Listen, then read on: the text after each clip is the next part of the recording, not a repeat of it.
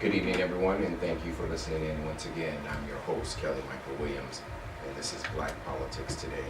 I'm looking forward to this evening's show because I really want to talk about this election and what has happened and the recourse of this election and really where we're going to go forward from here because truly, I think both the electorate as well as the party, Democratic Party, need to really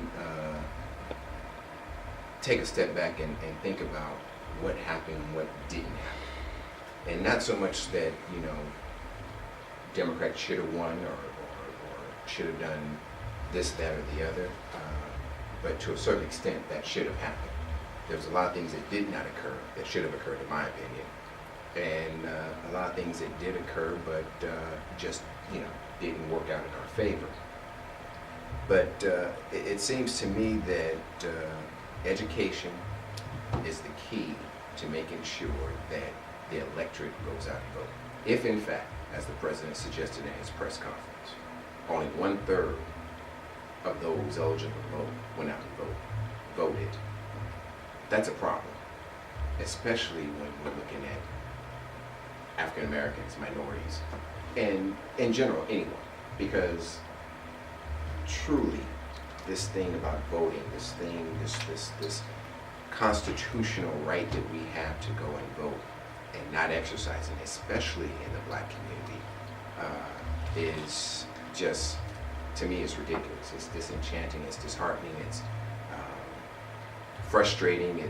There's a whole lot of adjectives I could use, but since we're in the air, I can only use the ones that are clean and clear. So I have to, keep it clean because truly watching and listening was so frustrating for me, especially being here, in the district where competition isn't real.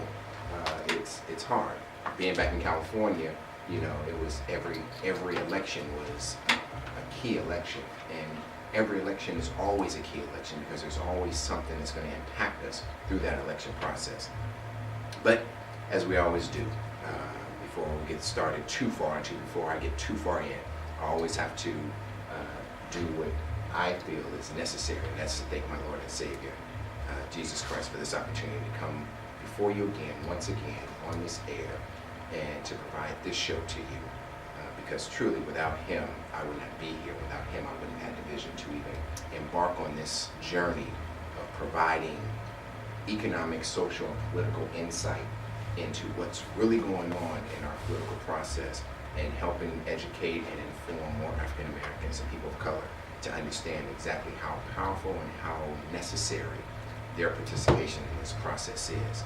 Also, this afternoon I had a great opportunity to have lunch with Usher, and I wanted to give a shout out to him and his staff, Yvette Cook, who is the president of Usher's New Look, their foundation. They're helping young Black boys and young Black men be able to experience not only college and education, but traveling abroad and understanding global economics and global policies and global issues.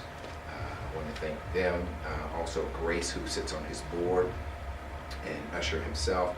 Also, I want to thank Pat Lomax, who is the Senior Vice President and Partner of Flashman and Hilliard, as well as Mr. Byron Rock, who is the President and CEO of PMC Consulting. But as you know, I also have to sit back and say thank you to those who always listen in, as well as my guests, because so often the Lord has brought people together. And it's interesting, and I don't want to take a lot of time, but unfortunately, it's just on my mind. The Lord is, He always tells you start something, step out there, and then I'll provide the way for you. So often I wonder, who am I going to be able to have on the show? Who is going to be available to talk to us and educate us and help us understand? And tonight is no different, just like any other night is no different, because the impact that we can have on this platform to reach millions of listeners each and every Monday night is astounding to me. And there's no way that I could have done that by myself.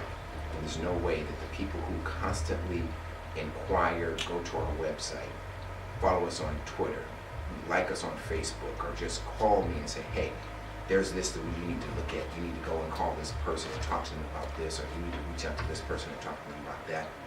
Because ultimately, as we say, what's at stake? We are the eye for what's at stake in global politics. That's what black politics today is all about. But more importantly, we're here to make sure that those who listen, who participate, who call in, who do whatever they do, get something out of it, because ultimately at the end of the day, I want to make sure that somebody says, I didn't know that. That can affect me, or I didn't see myself in that situation, or you know what? I need to do something about that. So I am grateful and thankful for those who always participate, support, send us tweets and follow up with us each and every week. And more importantly, you know, this past week, this past Tuesday, the midterm elections, everything was up for grabs. Control of Congress. Truly, what's happening in 2016 was up for grabs, which most don't think about and realize.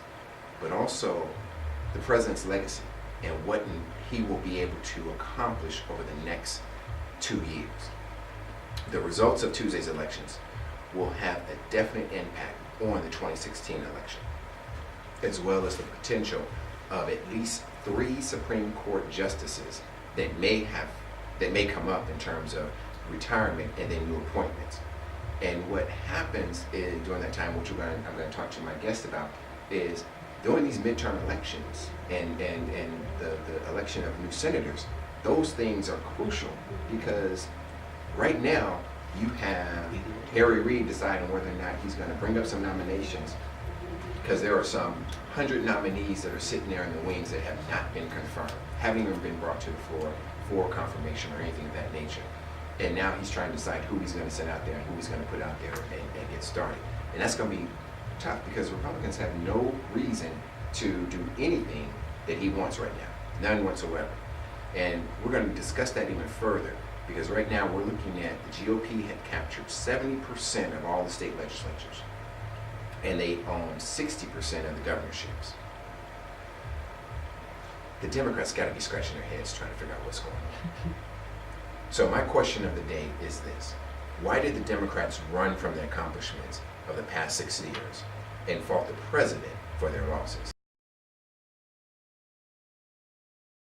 So tell me, what do you see, or how do you see state legislatures like in Georgia, 800,000, being able to overcome this to where we can get these people registered and voting?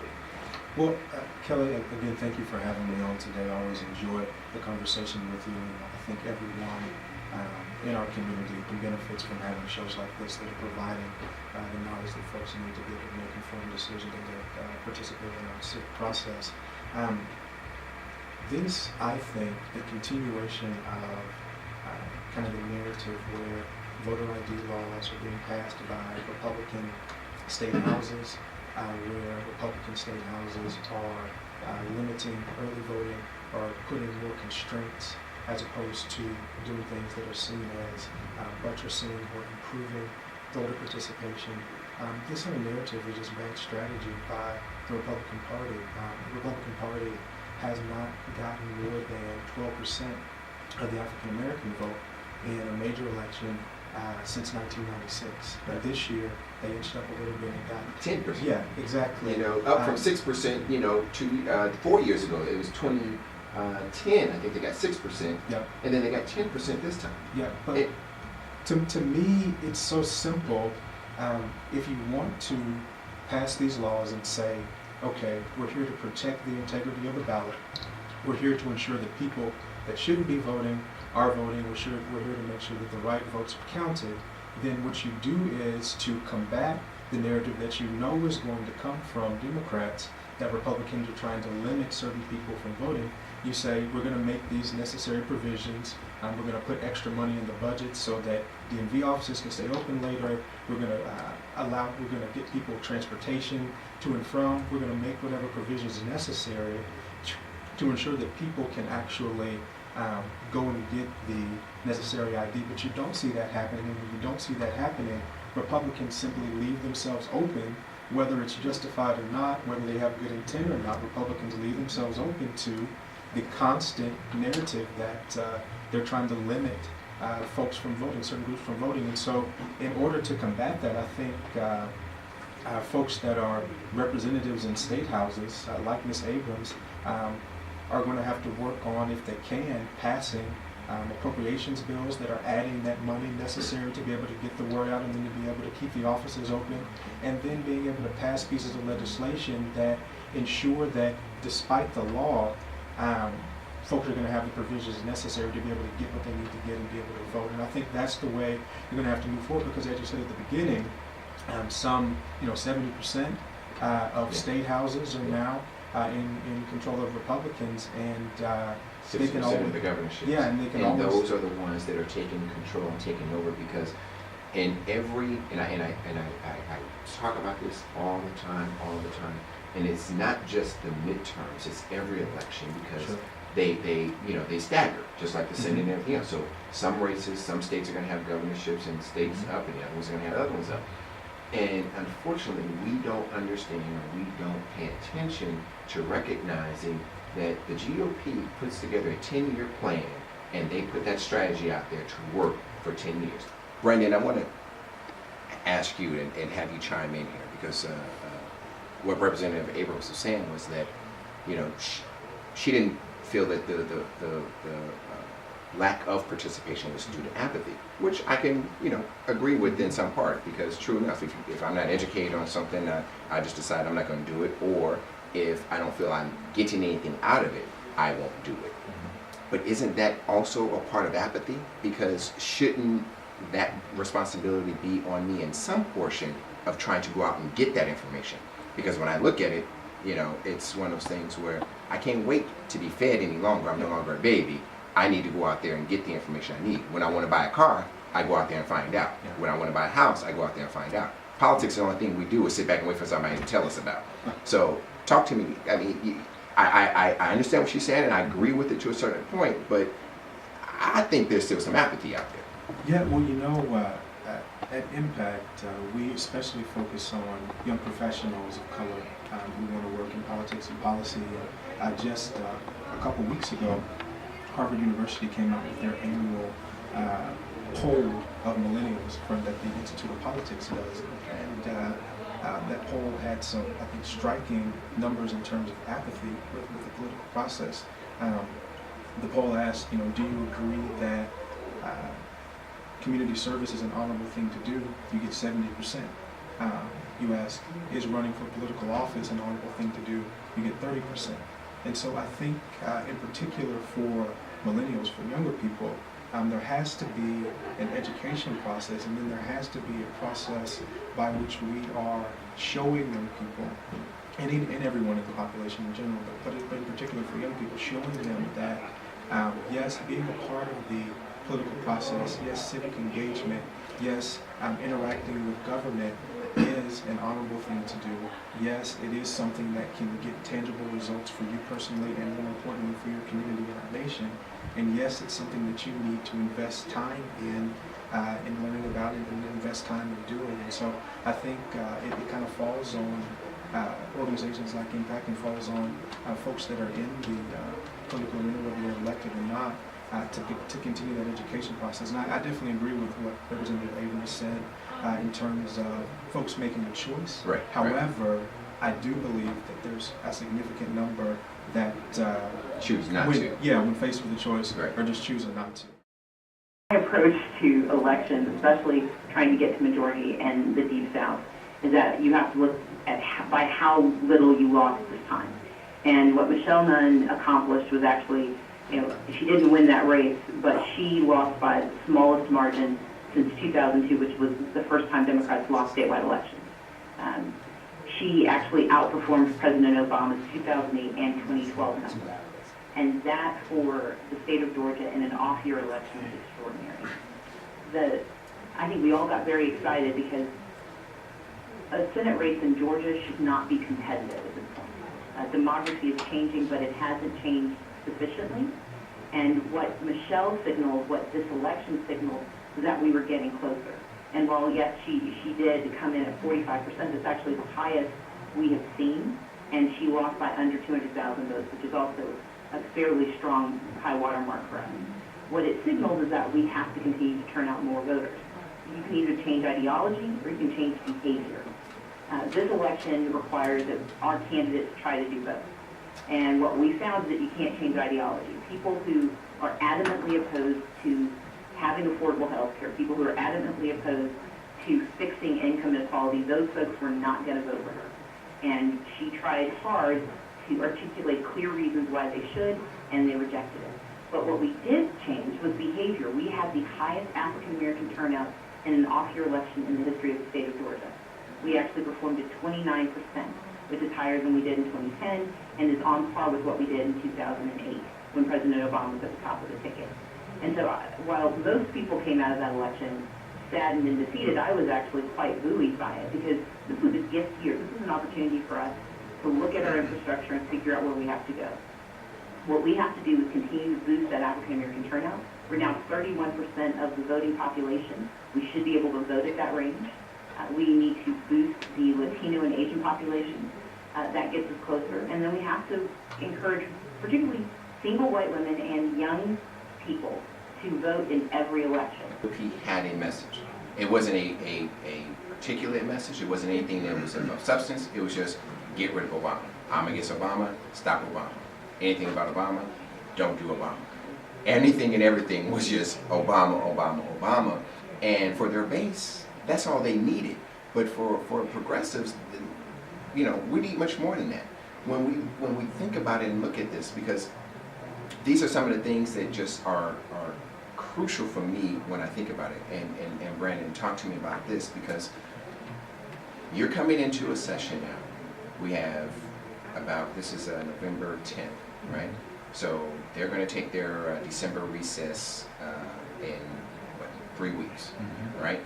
So they'll be taking their recess in about 3 weeks, and they're going to try to get through some nominations that have been sitting and sitting for literally the longest one has been 3 years. Each and every week when I close my show, I usually use a scripture, and I use Jeremiah 29:11. And I like that scripture because it talks about God saying to us that His thoughts for us are thoughts of good and not evil, to bring us to an expected end. And I always talk about the fact that expected end, because you have to expect what it is that you want out of life. And you have to expect what it is that you are desiring and going for and desiring to accomplish and to achieve. And one thing that I always want to talk about and always say is that there's always something at stake for us. What's at stake socially, what's at stake economically, and what's at stake politically. There is something always at stake. So I say to you tonight, once again, as I say almost every week, when you get home, when you're sitting there thinking about it, look and think about what's at stake for you and your family. Because I guarantee you there's going to be something at stake. And once you find out what that is, get up and decide to do something about it.